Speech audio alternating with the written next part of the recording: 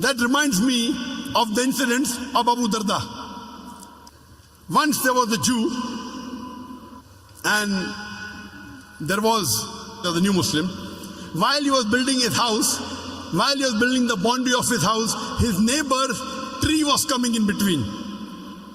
So he could not build the boundary. So the Prophet told the neighbor that give this tree to him, I will give you a tree in Jannah. He said no.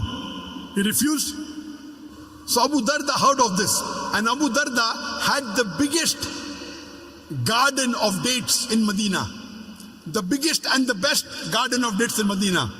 When he heard this, he went to the Prophet and told him that if I am able to get that tree, will I get that tree in Jannah? The Prophet said yes. Getting a tree in Jannah means Abu Darda will also go to Jannah. So Abu Darda goes to that man. He said, do you know who I am? He said, no. He said, I am Abu Darda. Ah, of course I know you.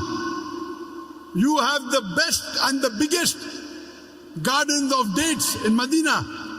He tells that person, if you give this tree to me, I will give you in exchange my complete garden.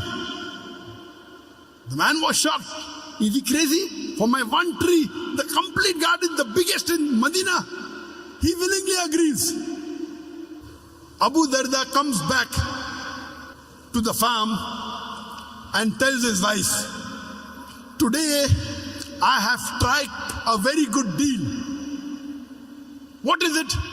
He said, I sold my complete garden for a tree in Jannah.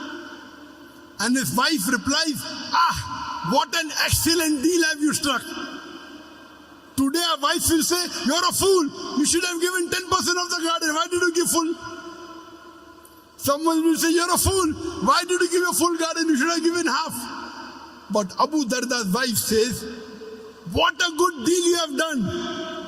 You have sold the full garden for a tree in Jannah. And after that, Abu Darda and his wife lived in poverty till they died. But they were promised paradise. These are the examples of the Sahabas. When we look at them, we are nothing. We feel ashamed. What are we doing? You see the lifestyle of the Prophet and the Sahabas and the Khulafa Rashidin. They put us to shame. And we are afraid to open our mouth. We are afraid to do dawah. Allah says in the Quran, in Surah Baqarah chapter number 2, verse number 120, the Jews and the Christians, they will never be satisfied until you follow their way of religion, until you follow their brand of religion. Allah is saying in Surah Baqarah chapter 2, verse number 120, you know, we try and impress the Westerners, our non-Muslims. Okay, fine, you know, try to make them happy. Allah says, the Jews and the Christians, they will never be satisfied unless you become a Jew or a Christian. You try and satisfy them, anything, they will never be satisfied until you become Jew or a Christian. Allah says in Surah Baqarah chapter number 2, verse 111, and they say that you Muslims, you shall never enter Jannah unless you become a Jew or a Christian. You Muslims with all your piety, with all your salah, with the mark on your forehead, with your psalm, with your fasting, with your hajj, you shall never enter Jannah unless you become a Jew or a Christian. Allah continues and Allah replies, Tilka amaniyuhum. This is the wishful thinking. Bakwas hai bakwas, vain desires. Tilka amaniyuhum. Qul hatu buranakum in kuntum sadiqin. Produce your proof, but if you're truthful. Allah says that when anyone makes tall claims that only we will go to paradise, Allah says, Qul hatu burhanakum. This is your wishful thinking, your vain desires, bakwas hai bakwas. Qul, tell them, hatu burhanakum, produce your proof, in kuntum sadiqin, but if you're truthful. And these Christians, they have produced their burhan, their holy Bible, in no less than 2,000 different languages of the world.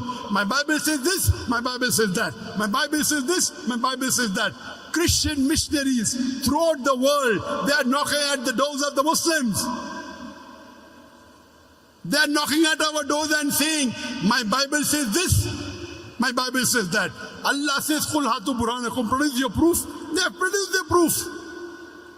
They have produced their proof, the Bible, in no less than 2,000 different languages of the world.